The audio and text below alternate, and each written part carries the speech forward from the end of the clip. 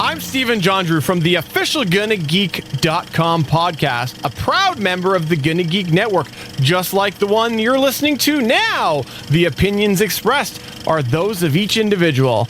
Check out other geeky podcasts at GonnaGeekNetwork.com and get ready because geekiness begins in 3, 2, 1. Stand by for a brand new episode of All Things Good and Nerdy. Welcome, everyone, to episode 567 of the All Things Good and Nerdy podcast. This is recorded live on Thursday, July 25th, 2024. My name is Chris. You guys are used to seeing me. I'm here far too often until I decide to take a break and drop the show in the capable hands of Mr. Anthony Bachman. That will never happen. Never. Oh, it's going to happen. Just for my own entertainment. And that's the time I expect Mr. Willie D. Nelson just to go crazy. Go wild. Are you going to go wild, Willie? No. I think I'm going to be more dignified than that. Dignified. Does this mean you've created a new character, or you're just going to be yourself and dignified? Being dignified is not a character, just how you are. Dignified you just gotta, Willie, huh? Yeah. I mean, the Reverend was dignified to an extent. That's what you want to say. Those are your words. Came out of your mouth. We all saw it. That's fair. Or heard it. We should also keep in mind it's probably been, and I'm not complaining, mind you, at least 100 episodes since Reverend Willie has last appeared. Has he last reared his ugly head? That's probably been a lot longer. I mean, I can go find him if you want me to. He's probably right around the corner. Nope. No, I think the Reverend is busy right now. He is Keep him in whatever closet you got him in. He's espousing the virtues of cheer wine and converting people to his cheer wine dynasty. No, trust me, I heard many times how he thinks the sugar is the devil. Yes, the sugar is the devil. The sugar is the devil. That sounds very Southern to me. I mean, Reverend seems pretty... Oh, wait, he might be coming right now. If you want him, hold on a second. No, we're okay. I'd rather have Friar sure Willie. I can get him? He's right. I think I thing. see him right... Okay, Friar Willie? Yeah. Is that deep fat fried I don't Friar, remember that Friar one. Willie? I just assumed there was one. I don't think there's ever actually been one officially. Officially. But hey, welcome everyone. We have a Wikipedia page or something? I mean, if someone wants to make us a Wikipedia page and highlight 500 plus episodes of shenanigans, feel free. Good luck with that shit. I have a hard time remembering like the last 3 or 4 episodes, let alone 500 episodes. Now, almost all the show notes are available in the shared folder. So I think we have show notes going back into the double digits. I don't think we have show notes back to the single digits. I'm kind of afraid to look, in all honesty. Well, I mean, I wasn't here then. I mean, that's true. I wasn't here. I wouldn't know is what I mean. As a fan. I'm looking to see now. I'm kind of curious. A little late. I'm not gonna lie. Let's see. I've got show notes back to 146 in the root folder, and then there's another folder in there called Old Shows, which has show notes back to episode 12. I don't have the first 11 episodes worth of notes, but let's see what episode 12 of the All Things Good and Nerdy podcast was. You guys want to go down this trip down memory lane? Let's do it. Sure. Was that 2013? 2012? Let's get the info on that real quick as soon as I can find it. File information, details. It was created July 8th, 2012 by me. So over 12 years ago are these episode show notes. I'll bring them up on screen. We can all have a look at them and see what was going on in episode 12 of the All Things Good and Nerdy podcast. Let's have a modern debate. This episode was entitled, Who Doesn't Like Making Sex? So we were going for the clickbait title, evidently. Apparently. When haven't we? Oh, that's also fair. Guest host that week was Trin, who had been on the show a few times, friend of Naki's. Talked about Amazing Spider-Man, theories of the mysterious man in the credit scene, Love of Andrew Garfield's chocolate hair, how Gwen Stacy's an adorable kitten. Then we did the Rumble Pit, which is a segment we haven't done in 500 plus episodes, pitting Indiana Jones versus Malcolm Reynolds in our debate to who would win a fight. Talked about the Mass Effect 3 DLC that was released, and then talked about how EA was a horrible company. That is not a shocker. Also announced some new segments we're adding to the show. Don't worry, they're not here anymore, guys. Let's see. We had a segment called The Vault, Classic Gaming, Tabletop and Console. Then we were starting Question the Crew, where we take on your questions. Those didn't last very long. We need to bring back the Rumble Pit. I always love those arguments. Everyone... Who could beat who? That's kind of why we stopped, is because it's so overdone. I mean, we could do it. I'm not saying that we're too good for that. I'm just saying I think we stopped doing it is because everyone did it, and it was really overplayed for a while there. I don't think you guys want to go against me in a debate here. I mean, come on now. I got you. We don't need to run your faces through the mud. Let's see. And then we teased that the next week for episode 13, we'd bring back the Rumble Pit for the Battle of the Chosen Ones. Anakin Skywalker versus Harry Potter. Oh, that's easy. And it looks like in the Rumble Pit, Indiana Jones versus Captain Malcolm Reynolds, Indy won 3-0. Wow. Mal must have needed his crew. I mean, when you punch Nazis for a living. That's true. It is hard to go against Indy. It's hard to go against a Nazi puncher. I mean, and he also drank from the Holy Grail. Let's just not leave it. It's true. Yeah. So that was your look back. Who knows what long-term effects that would have on the body? That was your look back 12 years ago at the All Nice. Things Good and Nerdy podcast. Very Oh, exciting and stuff. I do want to state that's what makes the nuking the fridge scene all right, because he drank from the Holy Grail. Who knows what long-term effects that have on the human body? Still Boy, not our sure it show makes notes- that scene all right, but I get what you're saying. Our show notes were so long back in the day with like Oh, all yeah. sorts of news stories. We were doing a special edition Batman show in like episode 14. We had a story there about Microsoft considering buying Activision Blizzard. Well, we see what happened there.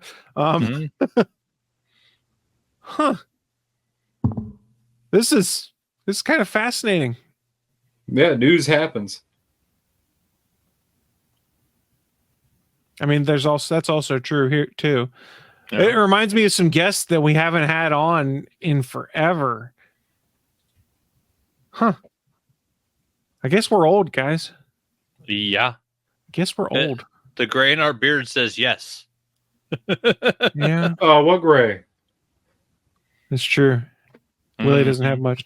Well, that's not bad though. For 567 episodes, I'm only missing show notes for like 10 or 11 episodes. That's actually pretty impressive. That's actually pretty that good. They go back that far. That's actually pretty good. Let's see what's in this one. No, Oh. that's a dangerous game to play on a computer. What's in this one? No, there's just PDF notes back from Don't episode click on the 500 homework that I took. folder. Yeah, we got a lot of show notes. If you guys want to find them, I think. Oh no, we haven't updated. On the old website, there was actually a tab there that was an embedded Google Drive folder of the ATGN show notes. But when we lost that site by transferring off of Podbean, we lost yeah. that. So if anyone wants a direct link to it, just message me and I'll send it to you, because they are read access for the entire world, the entire show notes directory. So anyone can go back and see the stuff we discussed. Yeah, go back And- and listen to that old show and listen to how Anakin Skywalker won that battle very easily. And each Harry Potter ain't episode, shit. each episode of the podcast, if you go back in the back catalog, should have a link directly to the associated. Wow, I slurred that almost. Associated show notes of that episode. Well, that's a tongue twister. I don't like it. I don't like it one bit. Well, then get rid of it. I might I just don't do think he will. Probably he's not. a hoarder. I'm awful lazy is more the problem. Yeah, that too. Hey, I share that with you. Yeah. A little from column A, a little from column B. Like, I'm so lazy, I'm not even going to figure out the way to transition it to our first segment. So I'm just going to hit the button. Live from the ATGN studios on the internet. It's the news of the week.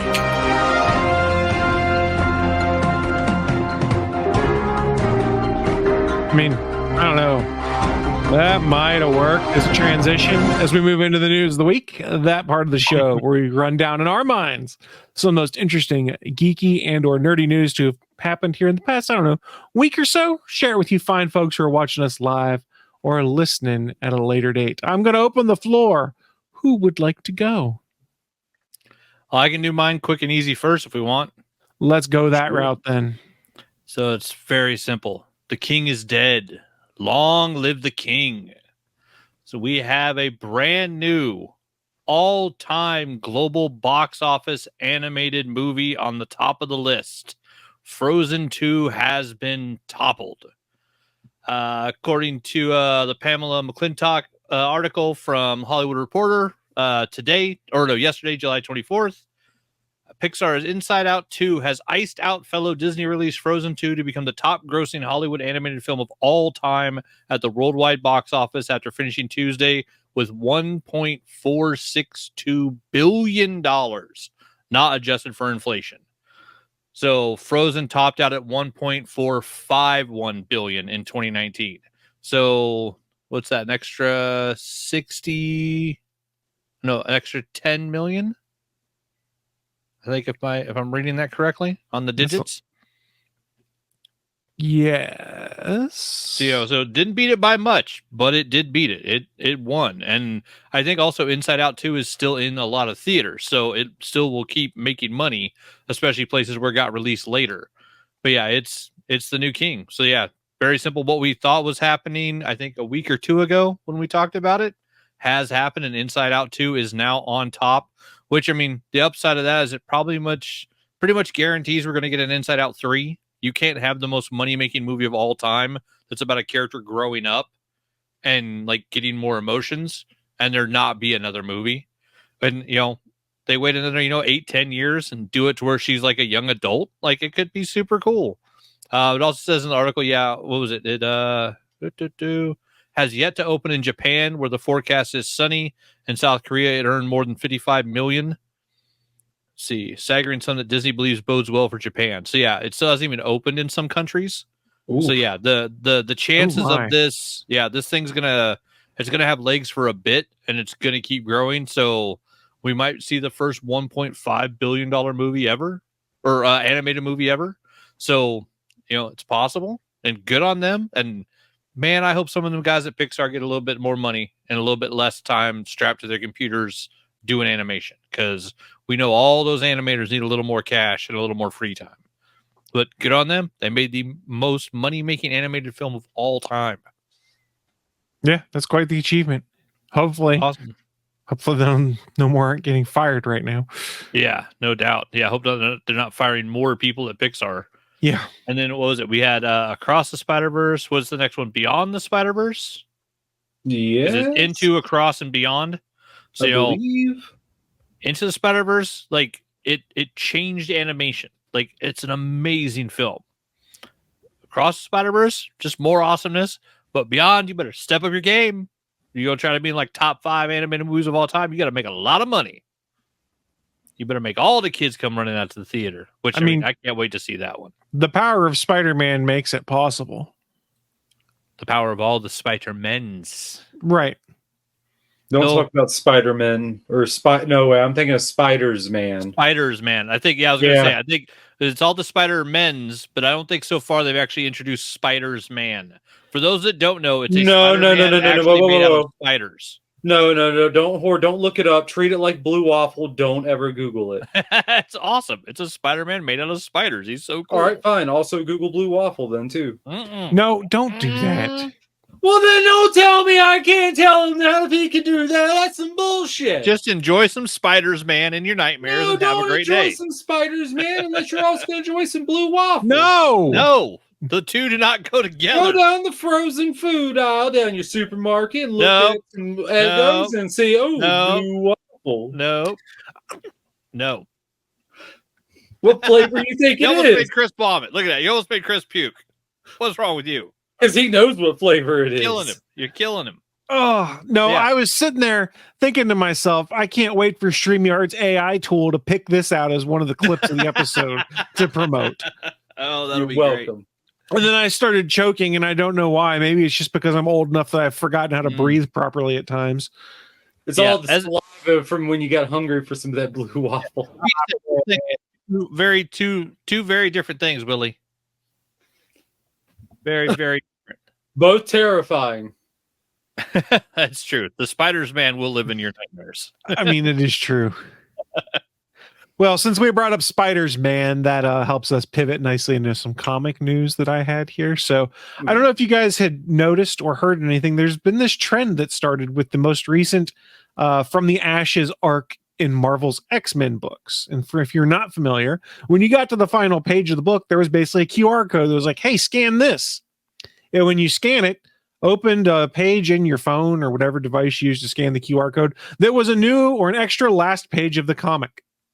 So a lot of people went, what? So then the first question is, does the comic itself, the physical comic before that QR code, have 22 pages of artwork? Yes, it is a bonus page as they described. It's a bonus page. It's not missing a page. It's a bonus page. However, it is a bonus page that was giving away a fundamental part of the story that would be going forward that presumably of course would be filled in the next issue. I'm not sure, but it appears that this is going to be a recurring thing in all of the X-Men titles. Tom Brevoort, who works at Marvel, said it's a clever way to keep some reveals hidden until the day of the release. In an interview he said, quote, and it gave us a page whose contents we could conceal until the day of release, thus avoiding any early spoilers. You'll find that we're doing similar pages in most of the new X launches. They're a little free bonus, a little extra sort of modern day equivalent of that Things to Come page that ran in the first issue of Claremont and Lee's X-Men #1. Now, he did point out these QR pages will be incorporated into the collected series editions. So when the trade paperbacks and the like come out, that'll be in there. He went on to say they might also appear in second printings, but that won't be the case with at least X-Men #1 right now due to the timing. I'm of mixed mind on this story. Like when I originally read it and with how the internet originally took it and it since got corrected in this newsletter that he put out, this is something that's only going to exist as a QR code. So it means that Marvel is going to have to keep this QR code and the link associated with it active forever if you want to be able to get to this page. Which they won't do. Because remember, they had the whole augmented reality stuff they were doing in comics a few years back. None of that's supported anymore, is my understanding. And some of it was actually really cool. Yeah, and some of it was cool. But it's just taking up space on a website, and storage of those things costs money. So they got rid of it, which is similar to what many people would expect would happen here of, okay, well, this QR code has to link to a page. If you break that linkage, you have to go back and fix it somehow. You also have to pay for it forever. So part of me at first was going, oh, this just feels uncomfortable. I realized they'd want to do it to avoid spoilers. I sort of get that because there's always leaks of comic books a couple days before they come out because retailers will get them early and it never fails. Somebody leaks it. Could be just an employee that works at a store who reads a book early and goes, this is really cool, and snaps a photo, and the next thing you know, it's all over Reddit. This allows Marvel not to have that problem because the QR code's there, but they can put that website into a draft state or whatever that it links to until the day the book comes out. So it's not active. And in theory, if you looked up the IP that was saying that, you get an idea of where some of these leaks were coming from if that's something you cared about. But the bigger thing to me is it's a bonus page, but it's part of the story, and I don't have it in my book. So if I'm a collector, my book is missing a piece of the plot. Now, it might be there in a second printing, like they mentioned, and it will be there in the collected editions, but how many collectors are going to buy the book and then buy the trade? And not enough these days to make Marvel happy. I mean, yeah. Most people are doing one or the other, not both. Trades are expensive, man. Well, yeah, since every issue at Marvel is now $4.99 cover price. Every book I think that they put out is $5 a pop. Yeah. It's ridiculous. So I sort of see what they're doing here. It's an interesting experiment. I'm not a collector anymore of comics, so it's just weird. I read most of my books digitally anymore, and I assume digitally you could insert that in at some point if you want, because they can update digital comics after the fact. So in theory, an X-Men #1 could be updated to have another page on it, say a month after the book released if they wanted to. I don't know. Just if I have my collector hat on, I don't like it. If I have my I want to read a story hat on, I don't mind it. I find it odd, but I just don't see it being a thing long term. It feels gimmicky to me. Yeah, I mean, it feels like the Marvel AR thing. It just feels like they're trying something else, which, I mean, the simple fact that Marvel's still the only company that every issue you buy comes with a free digital copy. So they've been doing the digital thing a little longer and harder than most of the other companies. So the fact that they have a department that's kind of over there trying new things out, that's cool because, I would like to get a better app than, what Amazon did with Kindle destroying the Comixology app. So, someday maybe, the Marvel reader becomes something better than what Comixology got turned into. So it's good that department's trying things. But I mean, yeah, it seems more like a gimmick, like the Marvel AR thing. Like it'll go away in 6 months and people hate it. I mean, I can see a couple of different things. I mean, if it's missing a thing, then yeah, then the physical comic book itself is pointless. But then you also have to think about it. Then what is the thing that's important to you then? The monetary value of this physical item, or should it be the story? And what's the real win? Well, I mean, think about it as the way it used to be was the way you would read a comic is what you picked up off the newsstand and you would read it. Yeah. What was in the book was the story. Now we're living in a world where 95% of the story exists in my book. If I want that extra 5%, I have to scan a QR code to go and find it online. So your story is no longer pure, I guess would be the way of putting it. Yeah. You're not having the complete thing inside of the first issue that you're buying. I mean, unless they're putting that first panel, that bonus page or whatever as the first page in the next issue, maybe it's less egregious then. Because if you're a collector, you still have the story intact. It's just you're splitting it between issues, which is weird, but at least it's there. True.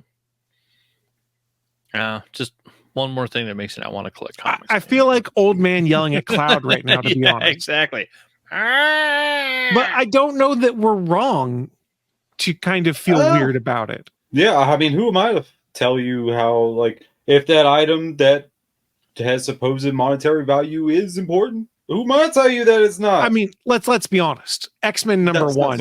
No one's going to the current X-Men number one from this new start. No one's going to take that and flip it for any kind of money anytime soon, if ever. Yeah, because this is like the 8th or 9th X-Men number one. It's and there might be a temporary surge when a book line starts because lots of speculators will buy it and drive the price up. But most of these books anymore, if you're a collector, it's because you like collecting them, not because you're going to flip them for some kind of money in any world, to be honest. I mean, what's the last time a book from Marvel or DC that was one of their mainline books has really been something that's flippable? Now, exceptions exist, of course, talk like Dark Horse and Image and stuff like that with like Saga number one and things like that were chances that they printed in low counts and then became huge books. Yeah, there is a nice secondary market for some of those early runs there because of that. But any of these large releases that are a Marvel or DC book, there's so many people buying them. They're not and they're printing so many copies. I mean, a low print run at Image, like I think they do like 3,000 to 5,000. A low print run at Marvel, like they'll still put out 15,000 copies of something. So I mean, it's sometimes 5 times as many books, and it's hitting every shop in America or usually North America. So I mean, yeah, Marvel. I mean, like Walking Dead was one of those ones, low print run on that first 5 issues when no one knew who Kirkman was, except a couple of people that were fans of Battle Pope. And nobody saw like, oh, the market's flooded with zombies. It's just another zombie story. Nobody gives a crap. Oh, it's the number one watched cable television show of all time. Like, that book blew up because, there's like 3,000 copies of it. There's not that many. I don't think Marvel or DC has had a hit that big since Walking Dead did what it did. They don't have anything comparable in the past 10 years.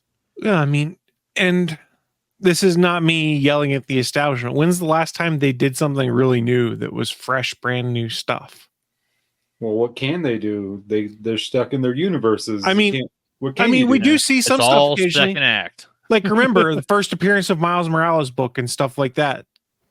That's Yeah. only what 15 plus years old at this point in time, something like that. But there is the possibility, but it's generally centered around the creation of new characters, not necessarily doing something with existing characters that's going to spike that. And that spike could be many years away because not all characters hit. And I think it's like Ultimate Fallout 2 or whatever. I Something have like the that. first and second printing. I think those two books might be the most like worth the most money of any Marvel book I bought in like the past 20 years. And again, I if you collect comics, that's great. Collect them because you enjoy them, especially with modern comics. Don't collect them because you expect you're going to be able to flip them to make any kind of money. Remember, it's just like the 90s. Everyone bought all sorts of comics because they're like, oh my God, I'm going to flip Death this of and make money. Superman. I'm going to put my kids through college with this. No, you're not. You're not going to. You're going to pull it out of a 25-cent bin is what you're going to do because there's 10 million copies. How cheap can I go buy one right now? I almost guarantee you could find one in a 50-cent bin, 25-cent bin at your local comic shop. At the very Still least, wrapped? it'd be in the dollar bin, I bet. Maybe not still wrapped, maybe not still in the bag, but even in the bag, you could probably get one of those for $3. $3 for one? Oh, I can do that. That's easy. I'm a comic book collector, baby. Woo-hoo. Now I'm curious. We're going to the eBay machine. Yeah, right they made now. way too many of Death of Superman. For a while, I had one still polybagged. I think I've only kept 2 books polybagged, which, oh yeah, you can see one of them. So one of the Miles Morales Ultimate Spider-Man books is polybagged, and there's a chance that like there was like a 1 in 10,000 cover or something. This one is still closed, so technically it could be one of those because it's never been opened. And I also have it's like Fantastic Four 593 or something. I can't remember the issue number, but it's the one where it has a big 3 on the cover in the blue poly bag, and you find out who quote unquote dies when they killed off Johnny Storm. But before you open that bag, nobody knew who it was. So yeah, those are the only 2 issues I still have polybagged. All right, so let's look at Death of Superman on eBay. Let's see, a 9.8 CGC, which is unbagged, 300. Buy it now. 9.8 Polybag slab, 7.5 slab, $35. Buy it now. Death of Superman signed by Dan Jurgens, $60 or best offer. Death of Superman CGC slabbed verified signatures 200. Sealed Death of Superman $15. Yeah, $15. Yeah, in the bag. Oh, with the black, and then in the bag with the white, $10. There was and two then different ones. Just in a there was white and black because there was the bloody cover and the non-bloody cover. Yep. See, the black one was the bloody cover. Then there's one that's just polybagged for $9. Buy it now. $8. Buy it now. Man, college got cheap. Yeah, right. Exactly. This one's $75. Buy it now. Okay. The one below is $75, and it's the omnibus with the whole story, not just the issue. And all the ones you're seeing with the gray side, the little gray banner, I believe those are all the trade. That's the Death of Superman trade. It's not the comic. It says first edition print on it, but I don't know. Let's see. Here's a Superman 75 Death of Superman with polybag and accessories, CGC graded for $9.96 for $110. All right, so they got that in the with, bag. like, came the with news poster story? and stuff. All right. Yeah, It's not so bad. I imagine in a local shop you could probably find it cheaper. There it is for $6. Death of Superman. Yeah, I'm not. I wish Yeah, I cared straight enough. paperback, Now my yeah. caring's already $4. $218. What? down. Ooh, what about that first issue of Electric Blue Superman? I wonder. All right, let's find that out. that is a quarter bin book for sure. The Supermen. That was Men. Yeah. I just remember like where he was like electric Because he's blue and red. Yeah, that Yeah, was he it, right? split into blue. Oh no, and no, I red. mean like the first issue where he's like blue. Yeah, I think I might have had that. So the cheapo. The debut of the electric blue suit, $8, $9, a variant cover for $15. Oh, that story was so bad. The electric blue foil exclusive variant for 99 cents is opening bid. That seems worth it. Oh, that's the Adventures of Superman John Kent. So that's an electric blue foil cover. you're of right. The That's new recent. Superman. Yeah, I that's should have his paid more kid. attention. Yep. There it is, a lot of 30 Superman comics, Death in Return, Doomsday and Electric Blue Suit, that the opening bid is $9.50. There you go. $9.50. Oh, for Get under them all, 10? Willie. For Yeah, under under 10, I 10 can bucks. have all my dreams come true. Yeah. There you go. There you go. Baby. Well, I This could is why check. Man of Steel is the best movie. Best I superhero think movie. I think I might have the electric blue Superman out in the garage. I might just send you those. I don't fucking want them. I'm kidding. I don't think they're worth much just because No. there was so much. Remember, this was the era where everyone was buying comics because they were speculating. So- oh my God, I've got the next X-Men #1.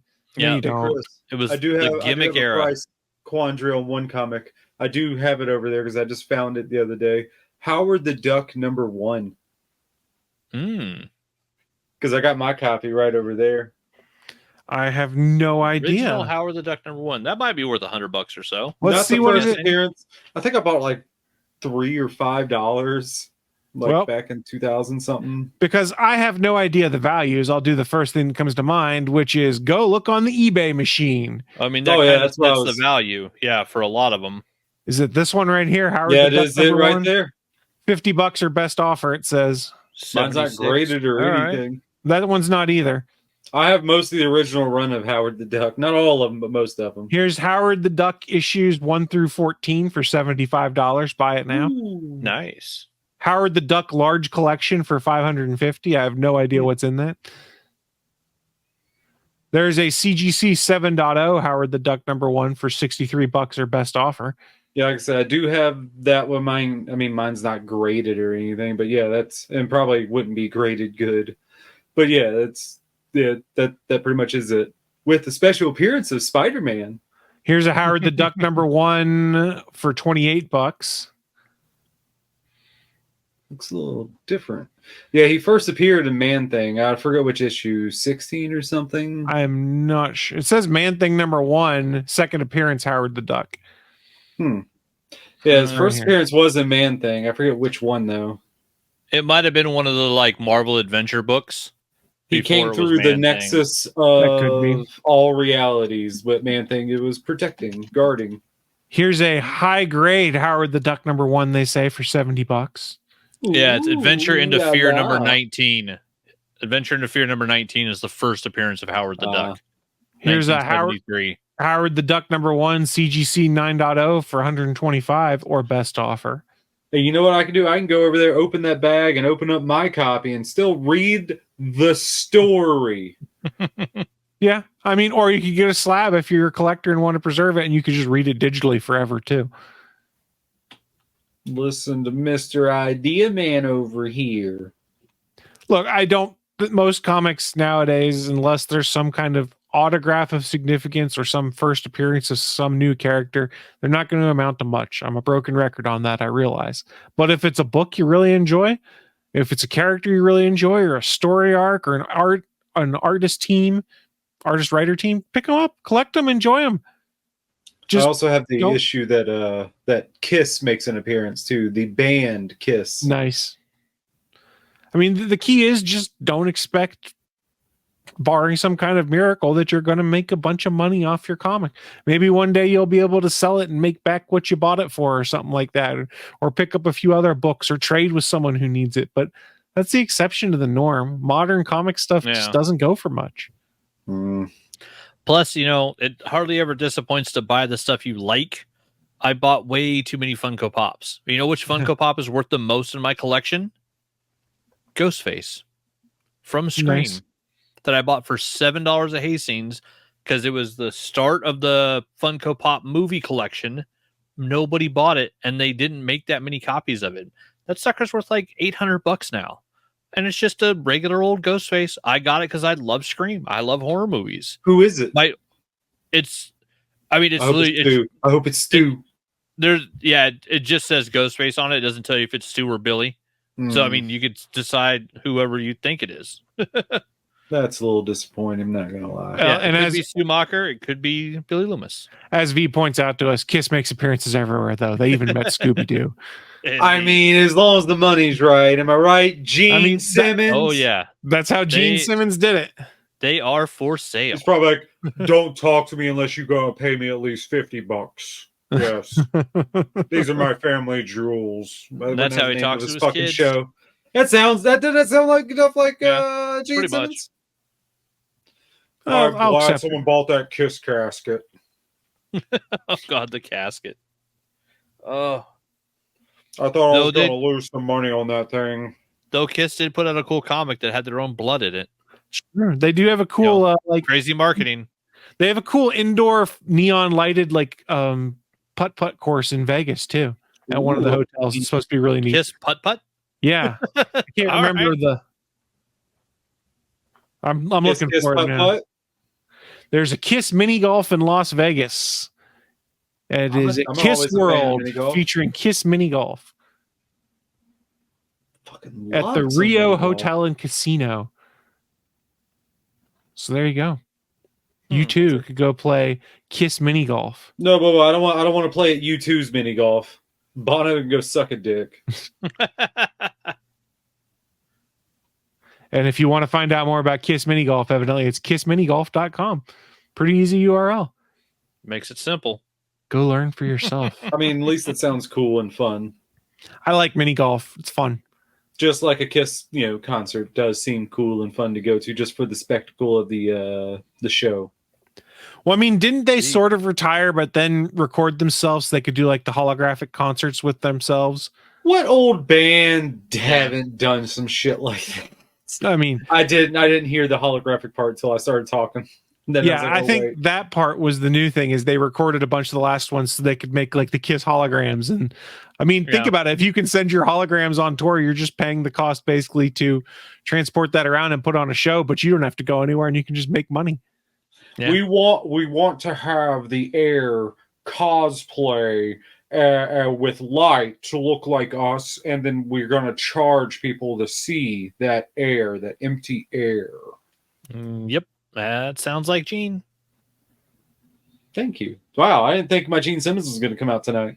Well, I mean, it sounds like something he would say. You do a pretty decent Gene Simmons impersonation from what I can recall, though. I don't know why I keep closing my eyes while I do it. You just got to put not a yourself in that squinter. headspace. Because when I picture him, he's always wearing sunglasses, so I don't know what to do with my eyes when do his voice. Don't know what to do with my hands. Look at it disapprovingly. That's what I know what to do with it.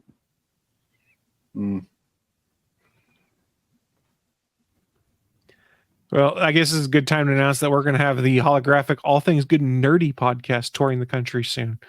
It's just going to be replays of our podcast with us as holograms talking about it. How Who's much are we going around charging? and doing that? I mean, that's just going to be a button people push and it starts playing somewhere. We don't have. Okay. Well, let's be honest here. Ain't no one coming to a live show of ours in person. Now they might hit the play button on the internet and come join us. Okay. V might be on to us. Wait, you mean you're not already holograms? Who told you? We're not real. We're AI. They made us as the tests for creating all of these AI avatars many I'm years too ago. old to be AI. I'm Memorex. Listen. These are Jim. I'm the hologram. I see what you did there. I don't like it, but I'll applaud it. Thank you. I still don't like it. Fair enough. Doesn't matter. I still got it. I know. By God, you did.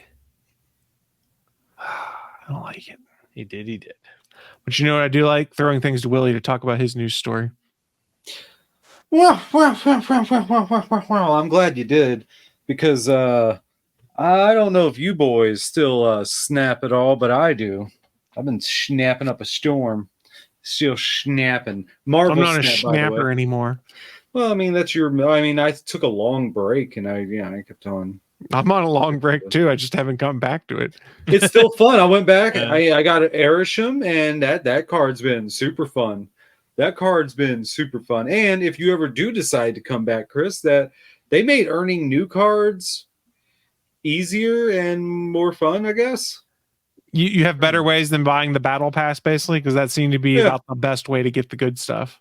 I mean, hell, so far I've earned 2 of the battle pass cards I missed by taking my break. And so I was like, I accidentally got a $10 card. Nice. For free. I'll Not take bad. it. That's not bad. One of them was I think Hope Summers, and one of them was Jean Grey, and I think I got another one. I can't fully remember. It was a while back, so since I came back. But Snap has a new mode that just came out this week, Deadpool's Diner.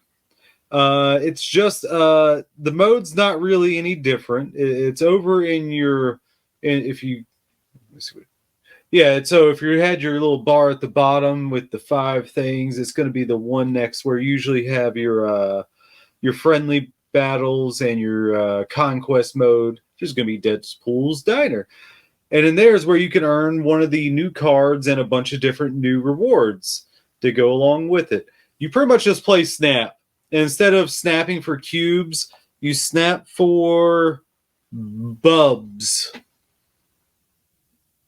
Yes, you heard me right. Did you say bubs? Bubs? Bubs. As in Wolverines? A plural bub. Okay.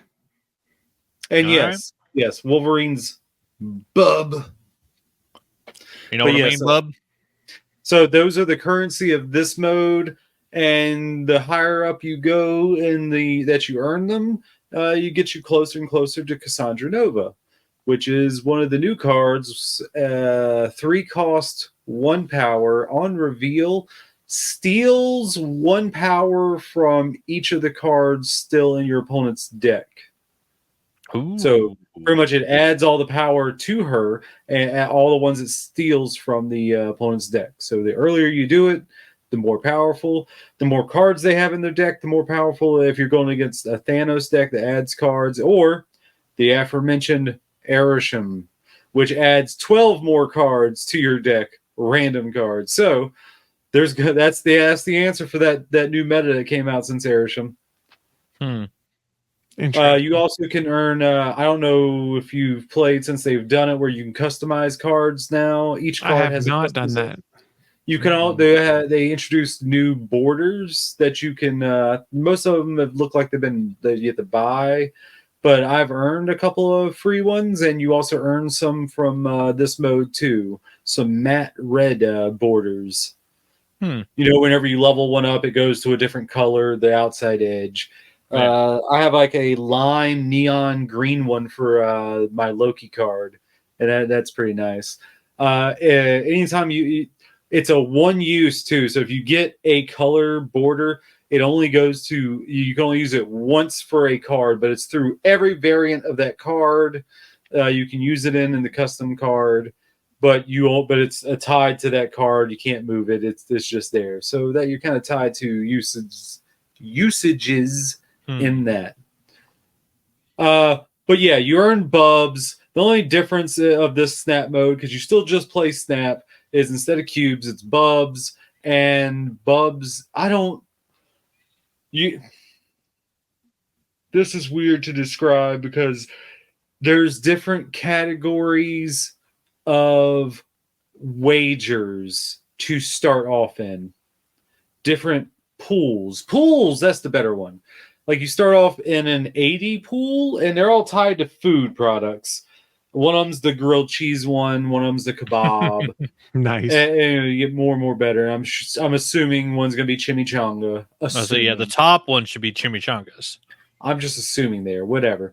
But yeah, so you start off and you can only earn the max amount of bubs you can earn are so many for that pool. So you start off in a small one, and as you go, you can wager more. But if you lose your bubs. And when you're out of bubs, you pretty much either have to spend gold to get more or wait a time period to get more bubs. And to get to the higher ranking stuff, you have to have millions of bubs. Oh. Here's the good news. You can you're like your max rank of bubs, like however max you get, it stays there. Even if you lose, that number still stays the same. Okay. But the amount that you can wager is all the bubs that you have on you. So your max amount, it can only go up, can never go down, but the bubs you have on you. So you can't wager a max amount if you only got 80, and you can't wager. You did have, I don't know, let's say 1.2 million bubs, and you just went through a pool where you could wager all that, but now you lost of it. Now you're back down to the 81 pool, and now you can only wager. You can still get that winning, but you're only going to go from like that little percentage of what from what you already had. So there's a YouTuber I watched who plays Snap, Regis Kilbin, I think that's Okay, I think I've heard of them. He also did Hearthstone, I know of, but I watch him doing his Snap thing, and he did say that he got in early as soon as it came out and paid for with gold to get a bunch of bubs early, and then just since he was so far ahead in the track that he only pretty much went against bots, so that let him get more and more easy wins. And so he got the Cassandra Nova card a little bit easier than it would be for free-to-play players. But he also acknowledged that and said, and I understand why he did, because he's a streamer. He's got to try and get the card. I mean, it makes sense. And he's pretty good at it. I'm not going to lie. The game and presenting it. I approve. He seems like a nice guy. You know what I mean? I think I saw a couple of his streams when I was watching Snapped YouTubes. Always seemed like a nice guy. Unlike some of the other ones, which I don't want to name names. That one, he probably is right, but he doesn't have to be like that all the time. So you're enjoying being back into Snap, is what you're saying? I mean, I've been in the Snap for a while. I mean, I thought I've told you guys. I even got that the Airsham card. That was so nice. I was like, oh, please. And it was the last chance I could do it too. Oh, because one of the new ways that you can earn cards is every week. It changes every week. There's 3 cards in a spotlight cache that you earn from as you do upgrades and go further up the collection level. Every I think 120 or so levels is a spotlight key that you can earn. Okay. And you don't have to use them right then. You can save them all up. I have 3 of them currently saved up for whenever I want to use them to open up a spotlight cache. And in the spotlight cache, there's 3 cards. If you already have them, they have a cool variant of it. And there's a 4th random option. But those 3 and then always a 4th random option. I don't know the rules behind that 4th random one. But usually one of them is the new card of the week. So you always have a 1 in 4 chance if you get a spotlight key to get the new card of the week. You always have a chance. As long as you've been upgrading your cards and whatnot and save, use your spotlight key for it. Chances are, most times, I already have 2 of the 3 cards, so that just shows me a cool variant. Or one of them I might not have. It might be one of them already I'm still missing from series 4 or 5. That's that I've gotten null through that before. I was like, yay, I got null. Wish I got the new card of the week, but yay, I got null. So it wasn't all that bad. But yeah, usually a good chance of getting the new card of the week. And usually easy to get. It's usually pretty easy to get at least 1 spotlight key a week. It's not that hard. I would say it's about average. Well, nice. That's one of the things that helps, I think, is if there's actually a decent way for free-to-play players to advance and not just get quickly eclipsed by people. Yeah. That's helpful. I mean, like I said, it's more in the cards that you have that can combo with each other as opposed to the amount. Do I have all the cards? It's what can you do with the cards you do got? What combos can you hit? Yeah. Maybe I need to start dabbling a little bit more again into Snap. It's probably been 6 months or so since I last played it. Maybe even more. I don't know. But let me see if I can do this quick and without much. I did have a very good match in a Snap just recently, and there you guys go. I'll send that to you, where I made some big boy numbers. Some big boy numbers. I don't know if I played a match of Snap within the last year. Let's see these numbers. Yeah, I haven't either. Well, I will take a look at that after the show. Those are some. Oh, wow. Oh, yeah, no worries, no rush. Yeah, Snap's been fun. And it's like I go out, I just do whatever I feel like. Yeah, I can do some Snap right about now. Yeah, I can snap. I mean, that was the nice thing with that game is you could play a game of Snap in 5-10 minutes or less. Oh yeah, yeah. Get a match. Usually, if I'm go outside for a cigarette or something, I can play a game of Snap for the cigarette. Yeah, that's a fair way of putting it too, I suppose. No, I already know what you were gonna say. Get your. What was I going to say? We're not even going there. All right. I honestly don't know what you thought I was going to say. I had nothing We're planned. going to have dignity, because if we don't have dignity, you know who will show up, because he's just in the other room. Don't call him down, or you will receive the thunder. Don't I do want, it. Don't I don't call want him. that thunder. Don't call him. So have some dignity. I don't want that thunder whatsoever. What? No, You want to say hey? nope. Nope. Okay, that's what I thought. No, we can't have the Reverend returning this time. Maybe later. Dignity. I have plenty of dignity. I'm honestly just curious what you thought I was going to say, because I really had nothing. Integrity. Get back in the pile. I do love me some integrity. Everyone should have some integrity. Well, on that note, we have wrapped up the news. Before we shut down the show, though, we do like to do a little segment to close things out, a bit we call What I'm Into. It's our chance to share with you fine folks who are joining us the geeky and nerdy things we get into, because, hey, you may want to go check them out yourselves. And I'll start things this time just because I will forget my list if I don't. I'll be honest. Some of the stuff I've been getting into is I was pretty good during Amazon Prime Day. Mostly just bought like stuff that we needed that finally went on sale. But I did have one expense that I didn't need but has made my life infinitely easier. I have a new robot that vacuums and mops my house, and it's the greatest thing ever, guys. Nice. You got the one that's got the mop feature? It's got the mop feature on it. It's got like a friggin' LiDAR on top of this thing. So it took like 5 minutes to map the top my house, the level of the house it's on. And now it vacuums the floor and mops the kitchen tile. Okay. That was gonna be my question. How does it know when to mop? Like, so it has there's a spill over here, mop feature enable. So it has a sensor on the front of it that is their carpet sensor, they call it. So it knows when it's on carpet, it pulls up the mop pads on the back so that they're not down. And then when that detects it's on tile, it then drops the mop pads and starts spinning them. So it forces these mop pads down and spins them the entire time it's on tile. So it doesn't do a bad job on tile. It makes it so that I don't have to steam mop my kitchen as much as what I'm thinking here, because I can have the robot mop my kitchen in like 15 minutes, and I can just set that after I'm done cooking dinner. I pushed a button on my phone now. It's called post meal cleanup, and the robot goes in there, sweeps up my kitchen, and depending on whether I think it needs mopped or not, I have a different feature for that. If I think it needs mopped, it will mop and sweep, and then go back to its base station, empty its water tank, then wash the mop pads on the back, and then blow hot air on them for 4 hours so that they dry out. I'm pretty happy. So here's the most important question about this. Yes, quest away. Have you already given it a nickname, a cool nickname? Yes. Ooh, do tell. This robot is called the Aluminum Falcon.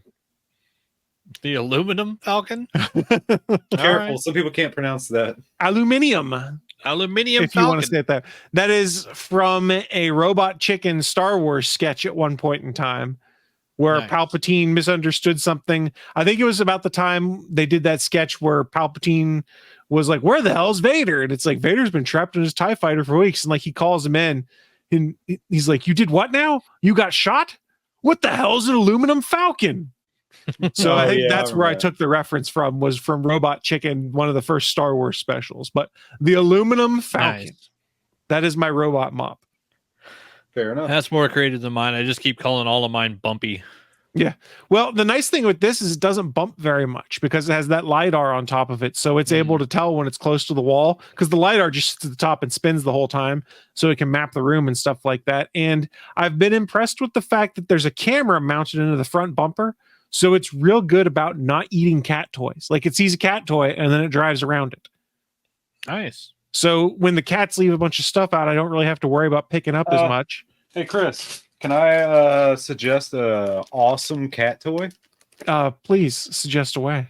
These little springs. I got a bag of like. I have a bag of them upstairs. My cats love 120 of them. Cheap as all hell too. Oh, these things are the best. I haven't even opened. I've only gotten so many out of this pack, and still have so many. A buddy's even taken some for his cat. So I'm gonna have springs in this house. Then the next people who live in this house 5 tenants down the line are gonna find springs in this fucking house. Yeah, my cats love them. So the nice thing is this robot doesn't run into those, doesn't try and eat them, and that camera in the front is pretty good about noticing things on the floor. Evidently, I was watching some reviewers who review robot vacuums, and some of their tests are to take plastic dog crap and put it on the floor, because it is a legitimate problem. People in the house who have had their robot vacuums vacuum up dog crap and just drive it across the carpet and then drag it everywhere. In the app, whenever it encounters an object, it places a picture of it on the map, and you can click on that picture and it actually shows you what the camera did. So like, I left a shoe out that I didn't put up on the shoe rack. It's like, this is a shoe. Put a picture of the shoe on there. I open it up. I was like, oh yeah, I forgot to pick up my shoe. The base stand of one of our lamps, it said, this is a base to something. I'm not going to run over this. So the camera is pretty smart. The logic's pretty smart, and it mops and auto empties and cleans itself. So really, I have to do some basic maintenance on it, but I can have it vacuum my house. It's done in like 40 minutes. The level the house sits on does a pretty decent job. And I have 2 cats that are running around, putting a lot of fur out. So it cuts down on the amount of times I have to get the vacuum out to do big stuff if I can just use this to do some daily maintenance. And it was something I purchased as it was a Prime Day sale, and it was probably more than I should have paid, but it was in the budget. And my thought was, long term, this saves me some time, perhaps. So I'm kind of cool with it. So that I did get that. I think I also bought the most recent Mission Impossible as part of Prime Day, and then I replaced my Kindle because my Kindle is lost somewhere and I can't find it. So I think I lost it. So I got a new Kindle, and I've been picking up some Kindle books. What I have realized now is with comic books integrated into the Kindle storefront, it's a pain in the ass, because my recent library, when I open up my black and white Kindle, is all comics, not the books I've been reading. Yeah. Yeah, that's annoying. Everything they've done with the Comixology app has been bad. Yeah, not a single good thing has happened since Amazon bought that company. Yeah, I don't like it one bit. I've also been playing NCAA football 2025 on my Xbox. It is fun as well. I am currently doing their Road to Glory option, where you play as a student, starting as a freshman, and try and work your way up, and eventually winning a national championship. Things like that. You have to balance going to class, practice, national signing day crap, and having a social media profile to get paid by people. So it's a balancing act, but it's fun. I've missed college football games. What else? They have part of the game where you go to class? Well, you don't actually go, but each week you're allotted 6 energy points, and you can spend energy to go to class. And if your grades don't stay high enough, you get suspended, for instance.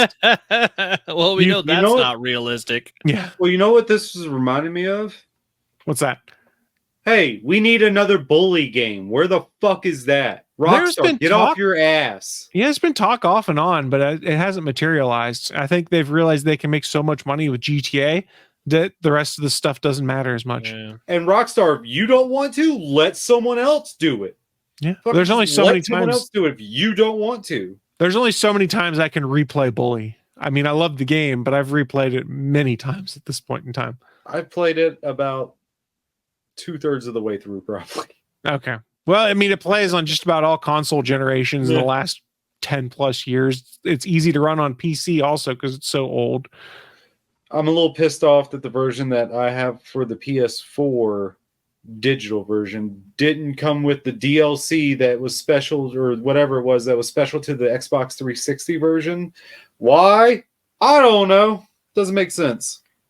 Because F you, that's why. Also, wrapping up stuff I've been getting into. I've been watching some professional wrestling because that's what I do, of course. I enjoy that. There's been some fun stuff. And I am part of the sickos on Threads that watch pro wrestling and talk about it. It's all kind of a joke from Tony Khan saying he books for the sickos. And we have T-shirts of our own now for the Sickos Club. Nice. With Tony Khan. We'll see how long the guy who makes those shirts can keep selling them, because who knows if there's a cease and desist that may come. But it's fun, and I enjoy being part of the Sickos Club. Join us. Nice.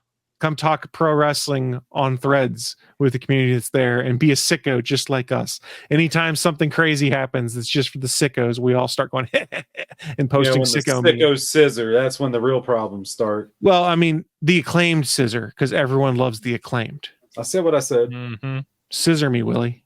Scissor me. When? For how much? Right now. For how much? Nothing. I don't do it for free. You just gotta scissor me. I even have an acclaimed T-shirt that says "Scissor Me" in gold print on it. These legs don't split unless it's for at least 1 G. Well, you just gotta use your No, it's a hand gesture. I It don't looks like a pair care. of You scissors. gotta pay before you splay. I think you and I have different definitions of scissor me. Yep. I don't want to know yours. Mine's innocent and pure.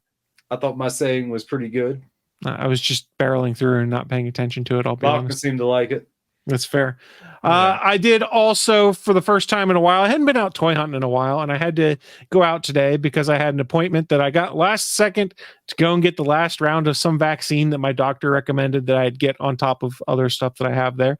And I was like, well, while I'm up here, I am going to go up to the local Target and see what I can find. And our Target never gets refreshed with stuff.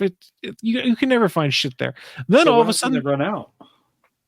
then I don't know, the aisles sit empty for weeks at a time and you don't see good stuff get in. They evidently had resupplied some stuff today, so I went in, found one toy, and I was like, okay, I want this just because of nostalgia. And then I accidentally found someone's hiding place because if you toy hunt, you realize some people hide stuff to come back for it later. So someone had hidden a bunch of stuff in the video game section behind the Pokemon plushies. The only reason I noticed is because I was there looking to see if it was one my wife would like, and I picked it up and I was like, what's this behind here? And back there was a He-Man figure that I didn't really care about, but is hard to find. And a Target exclusive Dr. Britt Baker DMD.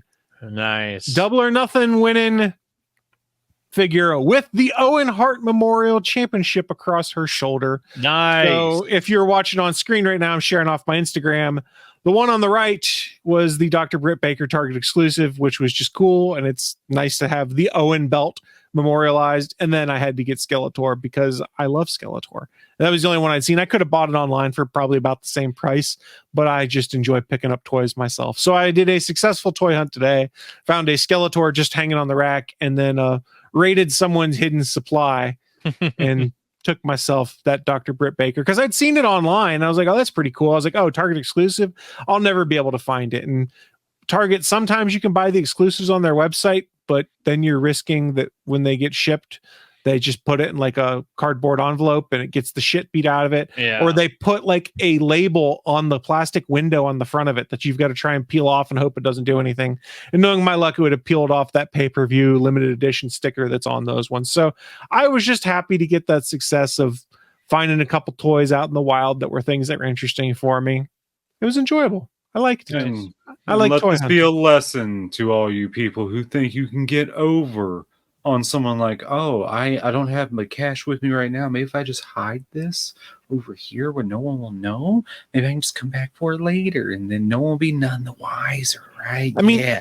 No, don't do it. Don't be a little jerkwad like that. You're pretty much just one of those scalpers. You're just no better than a scalper. So Remember there's a YouTuber that I watch. His channel is Sleeping Collectibles. He's actually sort of in the same area I am. He comes and hunts similar places that I do.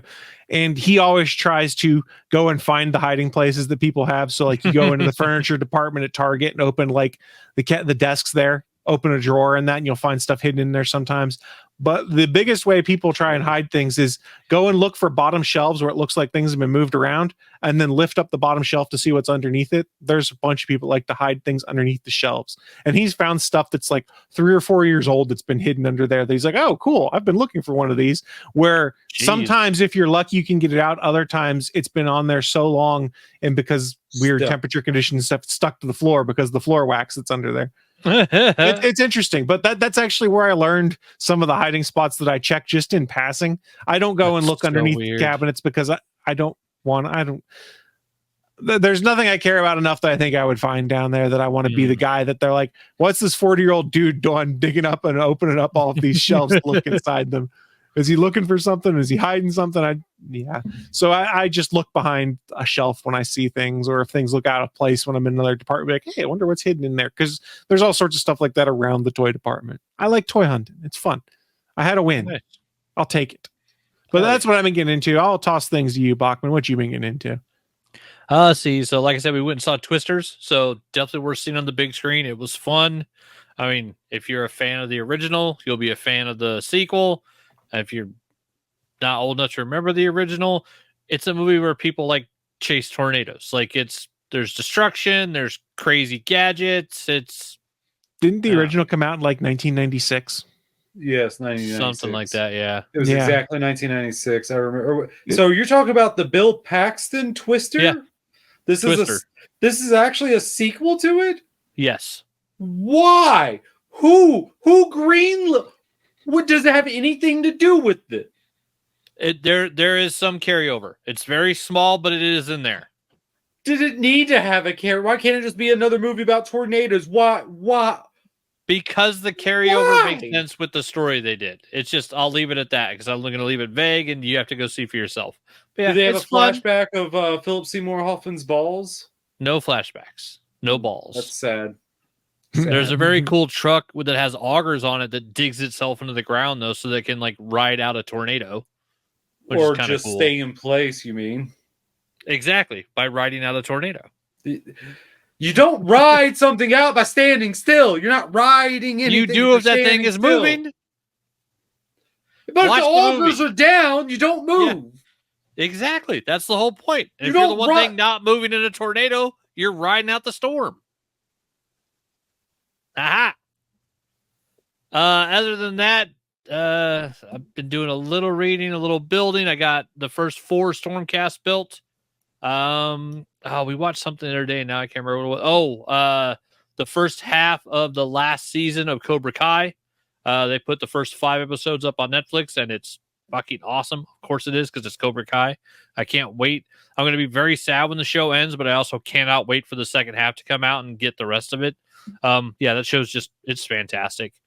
Other than that, I've been playing a little bit of No Man's Sky. Like, the new updates just made it beautiful. Like, the whole game just looks better. Like, it just got a giant overall polish. It's like all of it just shines right now. It looks so good. I'm waiting for the expedition to start so I can go run around, kill some bugs.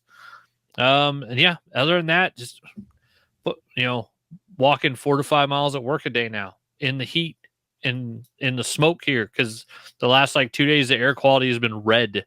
It's been like, don't go don't go outside quality, and I'm like, cool, I'm going to work. I'm gonna go walk around outside in the smoke.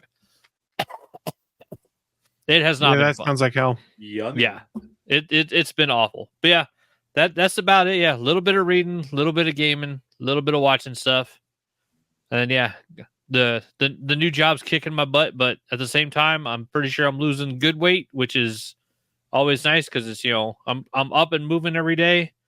And yeah, I'm getting up at 5:30 in the morning now too. So working the 410s, the time on it is kind of kicking my butt. I haven't adjusted yet, but it's also only the 3rd week. So still getting used to it and waiting for as the heat dies down a little bit, I think I will enjoy it a lot better. I actually enjoy the job. So I think you'll enjoy it now more than you will in say February and March when you're outside in it. Oh, we have big coats. So Okay, fair. they already ordered my winter gear. So I have big coats and big fluffy hats. So they'll keep you warm. And then like I said, it's moving around all the time. So oh yeah, Ernesto, you're welcome. Yeah, it's the first half of season 6. So it's going to be another 10 episode season. The first 5 episodes are out. So you can watch the first half of season 6 right now, as they're getting ready for the Sakai Takai tournament. Yeah, it's pretty cool. And yeah, Cobra Kai is just one of the best shows out there. It's so much fun. Nice. Yep, that's about all I've been getting into. I got another 20 more Stormcast to build, so You're only a little busy with that. yeah. Well, Willie, why don't you finish things up for us? What you been getting into, sir? Not a whole lot. Just watched a video on the mass transit incident. If you remember that from ECW. Do you remember Maven, the wrestler from WWE? He has a YouTube channel. He has a YouTube channel now where he talks a lot about the WWE and stuff. He has a bunch of videos out. One of them is he has Devon Dudley on to talk about the mass transit incident. Wait, you mean Reverend Devon Dudley? I said what I said. But that was a thing that happened between the wrestler New Jack, who, if you don't know, New Jack is I wouldn't want to wrestle him. He seems he's cray too much. Yeah. You don't know what he's gonna do from what it looks like. It looks dangerous. Yeah. Because mass transit, he was 17 years old lied about his age from what from this story I heard and saw.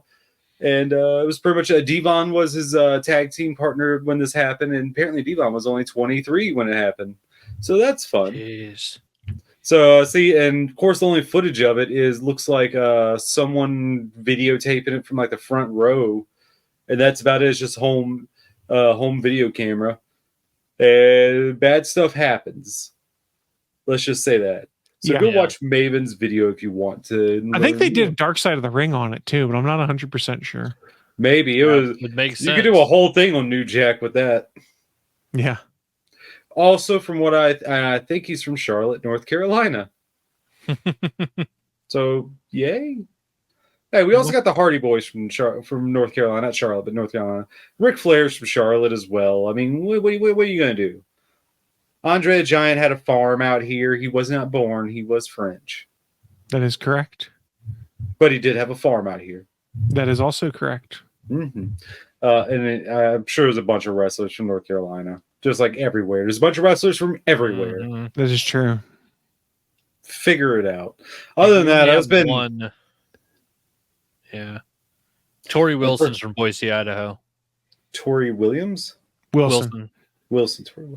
She's one of the big WWE stars. Yeah, she was in WCW and WWE. Oh, okay. And pretty much other than that, just been injured. Not really been doing a lot, so that's been fun. So yay. Weird YouTube videos. Being injured and having fun. Yeehaw. Get some snap in at least. Yeah, a bit. You know, what's the word of the day? Bubs. Bubs. Well, on that note, we hope we've been able to give you some ideas of some stuff that you guys may want to get into. Before we shut things down, a friendly reminder, we are streaming this show live every Thursday evening, 8:30 p.m. Eastern time. You can head on over to GonnaGeek.com/live and check that out yourself. Just a heads up, as we're recording this on the 25th, on Monday, we will be recording the next live edition of the official GonnaGeek.com show. It will be on GonnaGeek.live as well, probably starting about 7:30 p.m. Eastern time, 7 or 7:30. Stay tuned to the social medias for the exact start time, but please feel free to come join us for a live production of the GonnaGeek.com show featuring myself, Stargate Pioneer, and Stephen John Drew. I didn't mean to give myself top billing there. It belongs to those guys. Take it.